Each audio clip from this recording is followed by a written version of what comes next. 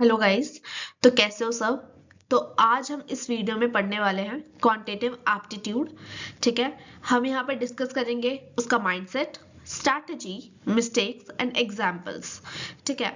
तो अब स्टार्ट करने से पहले मुझे ऑनेस्टली बताओ, जब कैट का नाम सुनते हो तो क्यूए का सेक्शन याद आता है। क्यूए मतलब क्वांटिटेटिव एप्टीट्यूड, मैं इसको क्यूए से ही डिनोट करूंगी। ठीक है। तो तुम्हारा कॉन्फिडेंस बढ़ता है या दिल थोड़ा सा बैठ जाता है? अगर तुम्हारा दिल बैठता है तो प्रॉब्लम मैथ्स बिल्कुल भी नहीं है, प्रॉब्लम तुम्हारा अप्रोच है। इस वीडियो में मैं तुम्हें टीचर की तरह लेक्चर नहीं देने वाली हूँ। मैं तुमसे बात करूंगी बिल्कुल एक दोस्त की तरह। ठीक है। हम सिर्फ यहाँ क्वेश्चन सॉल्व नहीं करेंगे, हम सीखेंगे कि एग्जाम के अंदर हमें सोचना कैसे है। ठीक है। अगर तुम यहाँ ये सोच के आए हो कि यहाँ सिर्फ फॉर्मूलाज ढूंढोगे तो अभी ही समझ जाओ, ये वीडियो तुम्हारा दिमाग अपग्रेड करने के लिए है। यहाँ मैंने कोई फॉर्मूला शीट नहीं लगाई है। तो चलो अब स्टार्ट करते हैं। तो सबसे पहले तुम एक सच एक्सेप्ट कर लो कि क्यूए मैथ्स का एग्जाम बिल्कुल भी नहीं है। क्यूए दिमाग का एग्जाम है। चलो एक एग्जाम्पल से इसको समझते हैं कैसे। तो तुम एग्जाम हॉल में हो, तुमने एक क्वेश्चन देखा। ठीक है। तुमने तुरंत पेन उठा लिया एंड यहीं पे गेम स्टार्ट होते ही खत्म हो जाता है। पूछो कैसे। ऑन दी अदर हैंड अगर कोई टॉप स्कोरर होता तो वो क्या करता? तो पहले वो सोचता कि ये क्वेश्चन मेरे टाइम के वर्थ इट है भी या नहीं। ठीक है। अब तुम्हें डिफरेंस पता चला कि तुम क्यों एवरेज हो और वो क्यों टॉपर है। अब देखो, तुम्हारी प्रॉब्लम कैलकुलेशन बिल्कुल भी नहीं है, तुम्हारी प्रॉब्लम है डिसीजन मेकिंग। ठीक है। तुम्हें सही टाइम पे सही क्वेश्चन सेलेक्ट करना है सो दैट तुम्हारा टाइम सेव हो सके। ओके। Now reality check. अब एक रियलिटी चेक ये है कि क्यूए टैलेंट बेस्ड बिल्कुल भी नहीं होता। ठीक है। ये डेली हैबिट बेस्ड होता है। जो रोज थोड़ा सोचता है वही एग्जाम में फास्ट सोच पाता है। ठीक है। अब तुम उन लोगों से बेटर कर पाओगे जो कंसिस्टेंटली एफर्ट्स नहीं डाल रहे हैं। ठीक है। अगर तुम कंसिस्टेंट एफर्ट्स डालोगे तो ऑफ कोर्स तुम उन सबसे आगे होगे। ठीक है। एंड तुम उन सबसे बेटर सोच पाओगे। ठीक है। अब एक और सच है कि काफी लोग एक्सक्यूजेस बनाते हैं चीजों को लेकर। ठीक है। एंड एक फैक्ट है कि एक्सक्यूजेस परसेंटाइल नहीं देता। ठीक है। पेपर टफ था, टाइम कम था, ये सब सेल्फ कंफर्ट लाइंस है। कैट इनको मार्क्स बिल्कुल भी नहीं देता। सो तुम्हें कंफर्ट से बाहर निकलना है एंड वर्क करना है खुद के ऊपर। ओके। Now QA syllabus. अब सिलेबस देखकर घबराना मत। Arithmetic, algebra, geometry, number system, ये सब तुम स्कूल में पढ़ चुके हो। ठीक है। प्रॉब्लम्स टॉपिक्स बिल्कुल भी नहीं है, प्रॉब्लम है तुम्हारा एग्जाम मोड थिंकिंग। ठीक है। इसलिए सिलेबस पढ़ना तो इजी है, लेकिन एग्जाम के लिए दिमाग बनाना रियल काम है। अब तुम्हें अपना माइंडसेट माइंडसेट पे वर्क करो। ठीक है। अब ये सिलेबस तुम अगर कंसिस्टेंटली रिवाइज करोगे तो तुम बहुत अच्छे से इसको कर सकते हो। ठीक है। बट तुम्हारा माइंडसेट होना बहुत जरूरी है। अब सबसे बड़ा मिथ अब सबसे बड़ा मिथ क्या है? ज्यादा क्वेश्चंस करूंगा तो स्कोर बढ़ेगा। बिल्कुल गलत। कैट में ज्यादा क्वेश्चन करना मैटर नहीं करता, सही करना मैटर करता है। ठीक है। अब तुम्हारी ईगो बोलेगी कि सब करूंगा, एंड स्मार्ट दिमाग बोलेगा जो जीत दिलाएगा सिर्फ वही करूंगा। अब the choice is all yours. अब तुम स्मार्टली डिसीजन लोगे या इगोइस्टिक होकर। अब हम अप्रोच समझते हैं। अब सबसे पहले हमने क्वेश्चन देखा, उसको अंडरस्टैंड किया, then plan, then solve and then verify. ठीक है। अब तुम क्या करते हो एग्जाम में? समझ के तुरंत सॉल्व। पहले तुमने इसको समझा एंड सीधा सॉल्व कर दिया, प्लान स्किप कर दिया, वेरीफाई स्किप कर दिया, ठीक है। एंड उसके बाद तुम क्या बोलते हो, सिली मिस्टेक हो गई। ये सिली मिस्टेक नहीं है, ये अप्रोच मिस्टेक है, ठीक है। तो सबसे पहले तुम्हें क्वेश्चन समझना है, उसके बाद तुम्हें प्लान करने की कैसे करना है, एंड उसके बाद तुम सॉल्व करोगे, एंड लास्ट में वेरीफाई जरूर करना है, ठीक है। लोग इसको स्किप कर देते हैं एंड ये मेजर मिस्टेक है। Now arithmetic strategy. अब एरिथमेटिक कैट का बैकबोन है, ठीक है, क्योंकि इसमें से सबसे ज्यादा क्वेश्चंस आते हैं, ठीक है। पर दिक्कत ये है कि तुम फॉर्मूला याद करते हो, थिंकिंग नहीं। अब परसेंटेजेस, रेशियो, टाइम वर्क, ये सब लाइफ प्रॉब्लम जैसे सोचो, तुम्हारी थिंकिंग ही चेंज हो जाएगी। जिस दिन अरिथमेटिक को स्टोरी की तरह सोचना सीख गए ना, उस दिन तुम्हारा फियर बिल्कुल खत्म है। सो तुम्हें सिर्फ अपनी थिंकिंग चेंज करनी है, बाकी स्मार्ट तो तुम हो, सिर्फ अपनी थिंकिंग पर ध्यान दो। तुम्हें क्वेश्चन डील करना आना चाहिए कि तुम्हें कैसे सॉल्व करना है उसको। चलो अब एक एग्जांपल देख लेते हैं। A does work in 10 days and B in 15। अब तुम इसको पोज करके 10 सेकेंड सोचो एंड उसके बाद तुम यहाँ पे आना, ठीक है। अब मुझे कमेंट करके सच सच बताना कि तुम में से कितने लोग तुरंत एलसीएम निकालने भाग गए। यही गलती है, पहले सोचो कि तुम्हें करना क्या है। अब ए एक दिन में 1/10 वर्क करता है, ठीक है, एंड बी 1/15। अब पहले सोचो, उसके बाद कैलकुलेट करना है तुम्हें। एग्जाम में सोच जिताता है, स्पीड नहीं, ठीक है। तो तुम्हें पहले सोचना है, उसके बाद तुमको सॉल्व करना है, ओके। Now algebra strategy. तो सबसे पहले तुम मुझे ये बताओ कि एल्जेब्रा से डर किस किस को लगता है। वो इसलिए क्योंकि तुम डायरेक्ट इक्वेशन तोड़ने लगते हो। अब एल्जेब्रा का ना एक सिंपल सा रूल है, जो कि है सबसे पहले तुम्हें इक्वेशन को सिंप्लीफाई करना है, देन उसको ऑब्जर्व करना है, ठीक है, एंड उसके बाद तुम्हें उसे सॉल्व करना है। इससे तुम इजीली उसको सॉल्व कर सकते हो, ठीक है। अब एल्जेब्रा पेशेंस का टेस्ट है।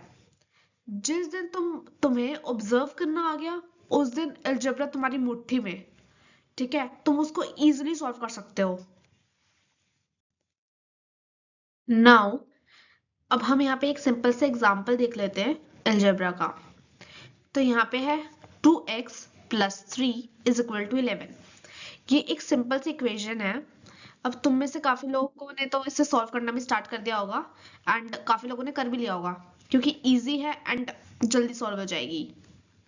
बट यहाँ पे मेन x नहीं है, तुम्हारा प्रोसेस है देखने का। अब तुम इसे कैसे सॉल्व करते हो, एंड टॉपर्स इसको कैसे सॉल्व करते हैं। अब टॉपर्स सबसे पहले कामली उसको सोचेंगे, ठीक है, एंड स्टेप फॉलो करके उसको सॉल्व करेंगे, है ना डिफरेंस। अब डिफरेंस मार्क्स में नहीं, थिंकिंग में होता है। अब वो कैसे सोच रहे हैं उस इक्वेशन को, पहले वो उसको सिंप्लीफाई करेंगे, देन ऑब्जर्व करेंगे, एंड देन उसको सॉल्व करेंगे, एंड तुम उसको डायरेक्टली सॉल्व करने लग जाते हो एंड बाद में अटक जाते हो। तो यहीं पे डिफरेंस आ जाता है, ओके। Now geometry. अब ज्योमेट्री की क्या स्ट्रैटेजी है। तो सबसे पहले ज्योमेट्री को रटा नहीं जा सकता, ठीक है। तो सबसे पहले तुम्हें डायग्राम बनाना है, एंड वो बनाना ही बनाना है। उसके बाद तुम्हें उसे विजुअलाइज करना है। देखो, फॉर्मूला याद रखना अच्छी चीज है, पर डायग्राम ना बनाना सबसे बड़ी गलती। तुम्हें विजुअलाइज करने के लिए डायग्राम बनाना ही है, एंड जो विजुअलाइज करता है वही ज्योमेट्री क्रैक कर पाता है। ये चीजें तुम गांठ बांध लो। तुम्हें क्या होता है, ज्योमेट्री करते हुए तुम्हें फॉर्मूलाज वगैरह याद होते हैं, बट तुम डायग्राम बनाना भूल जाते हो, एंड ये मेजर मिस्टेक है, ठीक है। चलो अब हम यहाँ पे ज्योमेट्री का एक एग्जांपल देख लेते हैं, जो कि हमें गिवन है। सर्कल रेडियस 7 एंड एरिया = 49 पाई, ठीक है। सिंपल क्वेश्चन है, पर एग्जाम में क्या होता है, एग्जाम में तुम फॉर्मूला नहीं भूलते, तुम प्रेशर में आके डायग्राम बनाना भूल जाते हो। सो ये एक मेजर मिस्टेक है। सो जब तुम प्रैक्टिस करो ना, तो प्रेशर के साथ करो। ठीक है, तुम्हें प्रैक्टिस ऐसे करना है जैसे कि तुम एग्जाम दे रहे हो, उससे तुम मिस्टेक्स अवॉइड कर सकते हो। ठीक है। Now time management. तो हम टाइम मैनेजमेंट समझ लेते हैं। सो कैट में सब सॉल्व नहीं करना होता। ये मैं वीडियो की स्टार्टिंग से बोलते आ रही हूँ कि कैट में सब कुछ सॉल्व नहीं करना होता।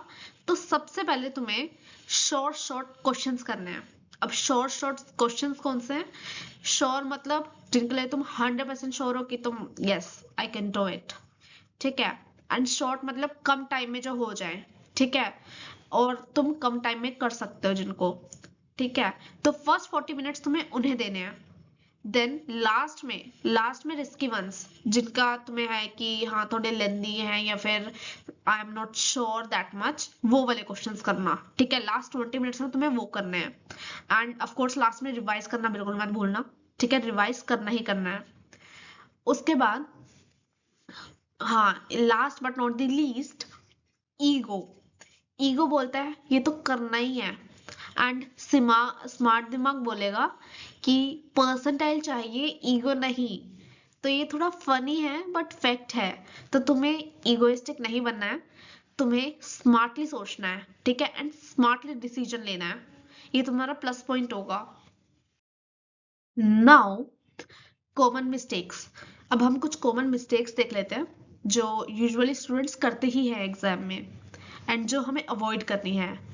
सो first is blind attempts, then calculation में केयरलेसनेस, एंड गलत क्वेश्चन सिलेक्शन। अब ये मिस्टेक्स है जो यूजुअली बच्चे करते ही हैं। अब देखो, एक चीज याद रखो, क्वांटिटिव एप्टीट्यूड में मिस्टेक्स प्रैक्टिस में नहीं होती जितनी एग्जाम में होती है, क्योंकि प्रैक्टिस के वक्त हम काफी एक्टिव होते हैं एंड हम पे कोई प्रेशर नहीं होता। बट एग्जाम पे हम पे बहुत प्रेशर होता है जिस वजह से गलतियां होती हैं। ठीक है, इसलिए हमें प्रैक्टिस भी एग्जाम की तरह करनी है सो दैट हम एग्जाम में मिस्टेक्स अवॉइड कर सकें। ओके, चलो अब देखते हैं कि स्टूडेंट्स क्यूए में फेल क्यों होते हैं। सो फर्स्ट इज रिवीजन नहीं करते, देन एरर लॉग नहीं है, मतलब नोटबुक ही नहीं है जिसमें वो एनालाइज कर सके अपनी errors, and over confidence. Over confidence तो सबसे बड़ा दुश्मन है टू बी ऑनेस्ट। प्रैक्टिस में स्कोर देख के वो खुश हो जाते हैं। ठीक है, एंड वही हैबिट उनको एग्जाम में डुबाती है। देखो, कॉन्फिडेंस अच्छा है लेकिन ओवर कॉन्फिडेंस नहीं। एंड प्रैक्टिस तुम ऐसे करो जैसे तुम एग्जाम में कर रहे हो, तुम्हें वो प्रेशर फील होना चाहिए। ठीक है, सो दैट तुम एग्जाम में अवॉइड कर सको mistakes. Okay, now how to fix mistakes.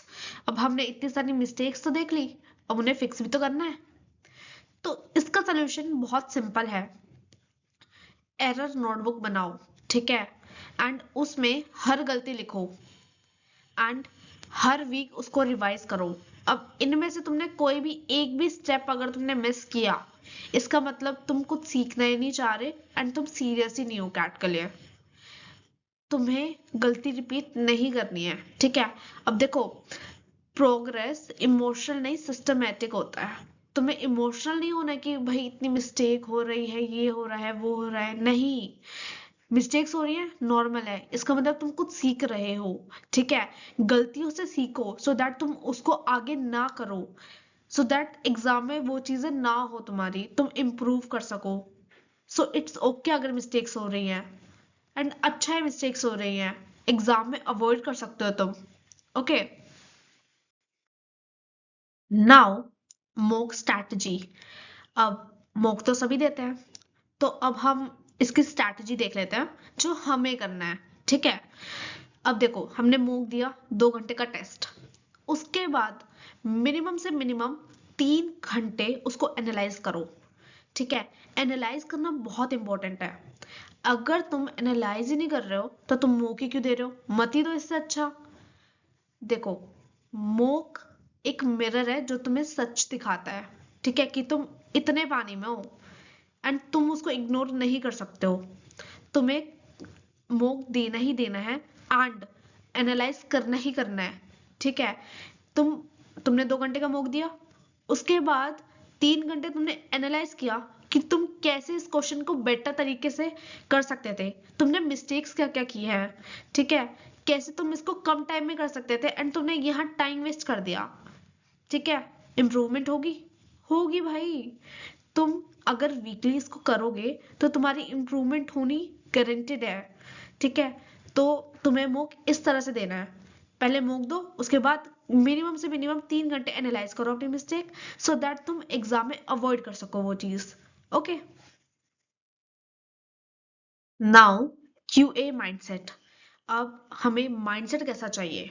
सो सबसे पहले काम अंडर प्रेशर। तुम्हें काम रहना है थ्रू आउट द एग्जाम। अगर तुम काम रहोगे तुम 90% स्टूडेंट से आगे निकल जाओगे, ठीक है।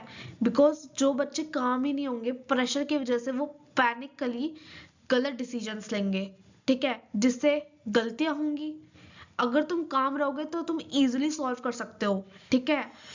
नाउ अब मैंने इसका एक सोल्यूशन भी दिया है तुमको कि तुम प्रैक्टिस ऐसे करो जैसे कि तुम एग्जाम दे रहे हो।